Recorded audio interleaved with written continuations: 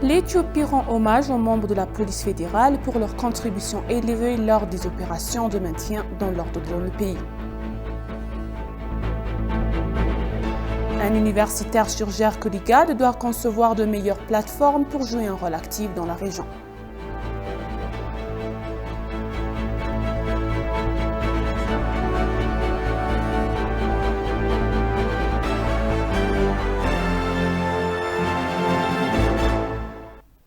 Bienvenue chers téléspectateurs, c'est Moïda Garamo avec le journal du lundi 6 juin. Le Premier ministre Abiy Ahmed a félicité la police fédérale pour le service de bravoure qu'elle a rendu lors des opérations de maintien de l'ordre dans les pays depuis novembre 2020. Le Premier ministre a exprimé sa fierté pour que leur contribution exceptionnelle de leur dévouement envers le peuple éthiopien. Meta Sabiol Daragay à plus.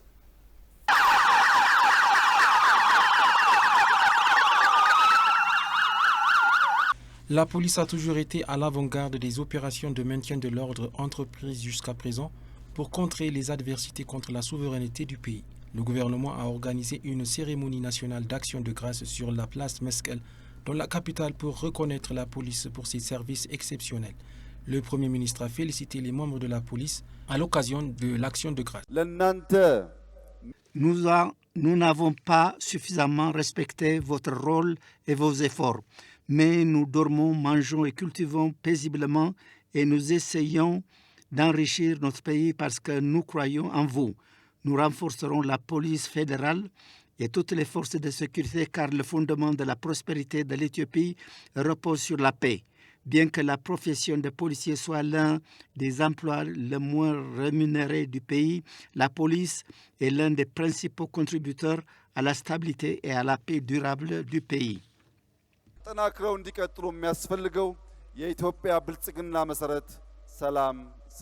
Le Premier ministre a exprimé sa confiance que la police poursuivra son rôle irremplaçable non seulement dans la sauvegarde de la paix et de la sécurité du pays, mais aussi dans le soutien des efforts de développement pour la réalisation de la prospérité de la nation. Il a en outre déclaré que la réforme récemment promulguée dans le secteur de la police favoriserait les normes professionnelles au sein du service et ouvrirait la voie à une Éthiopie pacifique et prospère.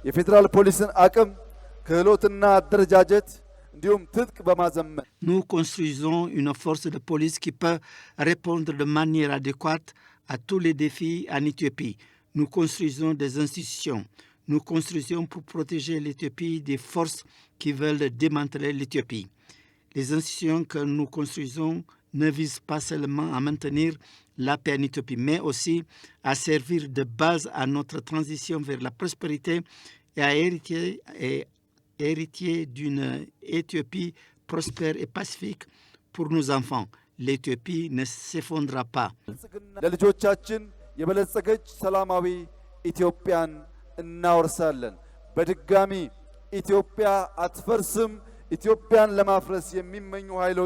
De hauts fonctionnaires fédéraux et régionaux, des officiers supérieurs de l'armée, des membres de la communauté diplomatique et des invités ont assisté à l'événement.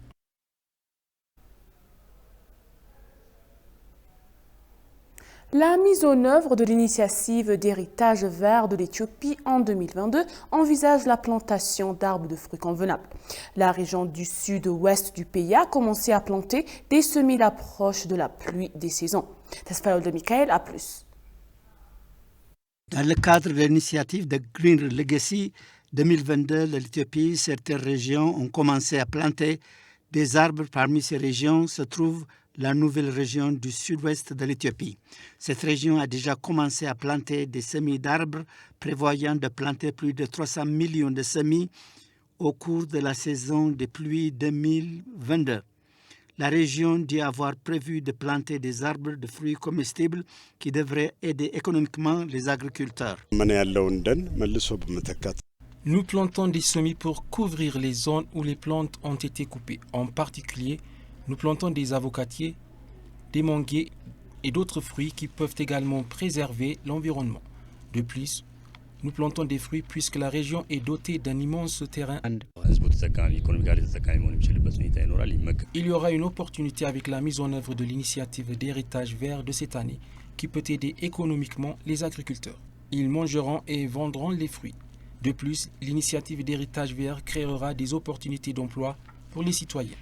Les agriculteurs dont les terres agricoles ont déjà été couvertes de diverses plantes d'arbres fruitiers ont déclaré que l'initiative renforcera leur pratique agricole. የተለመደ ማንጎ ነው በአካባቢያችን ያለ የተለመደ አቮካዶ ነው ያለ ግን አሁን የመጣው ችግኝ እንደምንረዳው ከሆነ Auparavant, nous avions l'habitude de planter des semis ordinaires de mangue et d'avocat. Celui que nous plantons maintenant est un fruit hybride modernisé qui pourrait fournir de meilleurs produits. Cela nous encourage vraiment à travailler dur. አችን የሚቀሰቅስ ችግኝ ተከላ ብዬ ነው የምገምተው። Des dessins d'investigation de ravageurs endommagent les cultures dans la région de Gambela en Éthiopie. Le Bureau régional d'État du développement de l'agriculture et des ressources naturelles a annoncé que des dessins de ravageurs ont envahi plus de 7000 hectares de cultures dans 5 districts de la région. Et les agriculteurs de la région se plaignent de la pénurie de produits chimiques et pour empêcher la propagation du ravageur. Moubarak Moussa a plus. Des essais d'infestation de ravageurs ont continué d'attaquer plus de 7400 hectares de culture de la région de Gambela dans 5 districts en peu de temps.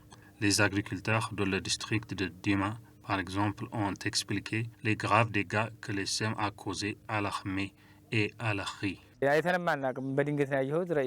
Nous n'avons jamais vu un tel genre de ravageur qui a fortement attaqué notre culture. J'ai pulvérisé un produit chimique antiparasitaire sur la culture, mais quand je suis revenu et que je l'ai observé, il est affecté par l'essai. Je ne peux même pas récolter un peu. Cette année, notre culture du riz ne fournira pas de bons rendements. Vous pouvez imaginer le produit lorsqu'il est affecté par le ravageur.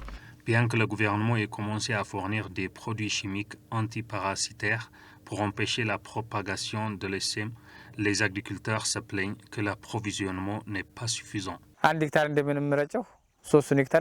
J'ai pulvérisé des produits chimiques contre les fourmis sur 1 hectare de terre agricole, mais 3 hectares de mes terres agricoles ont été infestés par le ravageur. Nous sommes incapables de trouver des produits chimiques adéquats. Le Bureau d'État régional de Gambela pour le développement de l'agriculture et des ressources naturelles a suggéré d'appliquer des techniques traditionnelles de lutte contre le ravageur, autres que la seule pulvérisation de produits chimiques. Le TPLF utilise les ressources d'aide humanitaire de l'ONU pour des efforts de guerre, déclare le journaliste néo-zélandais Alastair Thompson. L'aide est distribuée en fonction de la volonté des habitants de se battre et le TPLF a été accusé à plusieurs reprises de détourner de l'aide humanitaire qu'il a reçue en raison de la famine au Tigray en 1985. De la même manière, le TPLF utilise les ressources d'aide humanitaire de l'ONU pour ses efforts de guerre selon un journaliste basé en Nouvelle-Zélande. L'aide est distribuée en fonction de la volonté des résidents de se battre selon Thompson. Il n'y a pas d'organisation humanitaire au Tigray qui décide de la manière dont l'aide est distribuée dans la région.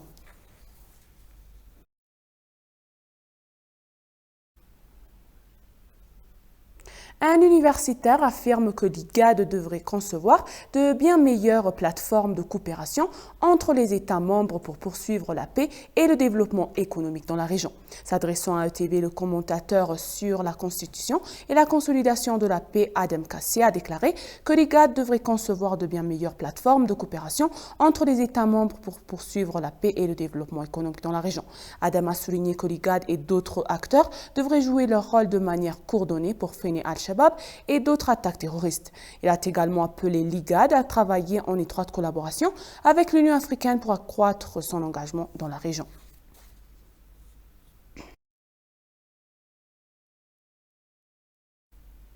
L'Organisation des Nations Unies pour l'alimentation et l'agriculture a annoncé qu'elle fournira des intrants agricoles à plus de 600 000 agriculteurs dans le nord du pays.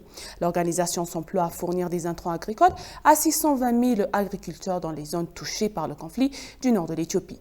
Chimimba David Firé, représentant de l'organisation auprès de l'Union africaine et de l'Afrique de l'Est, a déclaré à l'ENA que l'organisation s'est engagée à soutenir le gouvernement éthiopien. Selon un représentant de l'organisation, il travaille avec le ministère de l'Agriculture et d'autres parties prenantes pour faciliter ce soutien.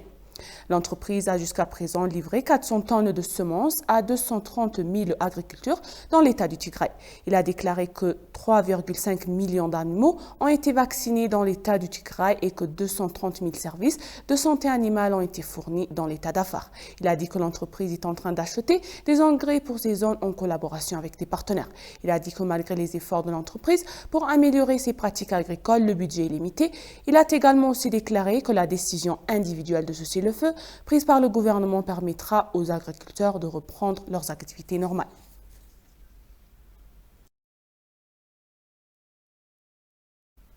L'ambassadeur Nabil Mahdi s'est entretenu avec Mahamoud Solomon Agouk, ministre de l'Intérieur de la République du Soudan du Sud.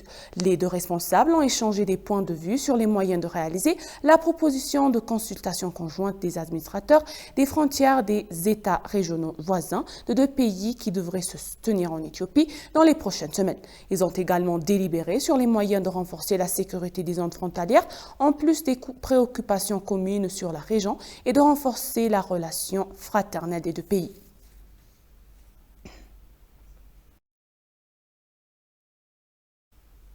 L'ambassadrice Hirut Zemene a rencontré les représentants de la diaspora éthiopienne résidant en Belgique et a échangé des points de vue sur les développements récents en Éthiopie. L'ambassadrice a félicité la diaspora pour sa participation active aux différents appels lancés pour soutenir la cause de leur pays et notamment pour apporter un soutien financier, matériel et moral aux compatriotes touchés par le conflit dans le nord du pays. L'ambassadrice Hirut a expliqué que les développements positifs récents sont observés en raison de mesures prises par le gouvernement pour mettre fin à l'hostilité et créer un environnement propice à l'approvisionnement ininterrompu de l'aide humanitaire dans la partie nord du pays. Réintérant l'ampleur des destructions et des déplacements qui ont résulté et l'énorme manque des ressources pour la reconstruction et la réinstallation, l'ambassadrice Hirut a en outre souligné la nécessité d'un soutien contenu de la communauté de la diaspora. Les membres de la diaspora, pour leur part, ont exprimé leur gratitude à l'ambassadeur de leur organisation de la discussion et ont appelé à un échange d'informations renforcée sur la situation actuelle en Éthiopie. Concernant le grand barrage, les participants ont souligné l'importance du projet dans le développement du pays et a exprimé leur disponibilité à jouer leur rôle pour la réalisation du projet. Les questions soulevées par la communauté sur les questions de paix et de sécurité, de cohésion économique et sociale de la nation ont été abordées par l'ambassadrice Hirut Zemene, chef adjoint de la mission, ambassadeur Shamim Bofatimo et le chef des affaires de la diaspora, M. Barry Ndogou. À la fin, les participants ont exprimé leur engagement à continuer de favoriser l'unité tout se consacrant à défendre la cause de l'Éthiopie à la lumière des défis internes et externes posés au pays.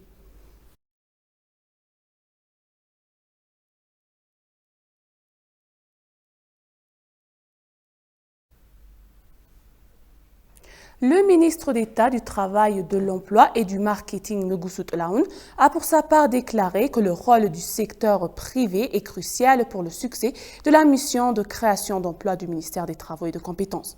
La 12e foire commerciale internationale de la Chambre ITIO s'est terminée avec la participation de petites et micro-entreprises organisées par la Chambre de commerce et d'industrie éthiopienne en collaboration avec le ministère des Travaux et de Compétences. S'exprimant à cette occasion, le Nguesut Laoun a déclaré que le secteur privé avec un rôle important à jouer dans le succès du ministère du Travail et des Compétences. Il a déclaré que la Chambre du commerce et d'industrie éthiopienne a réuni le secteur privé. Plus de 250 entreprises manufacturières et sociétés internationales ont participé au salon sous le thème « Achetez en Éthiopie et investissez en Éthiopie ». Dans le cadre de la foire commerciale mondiale, un forum de consultation du secteur privé et des maires a été organisé avec la participation de plus de 50 maires.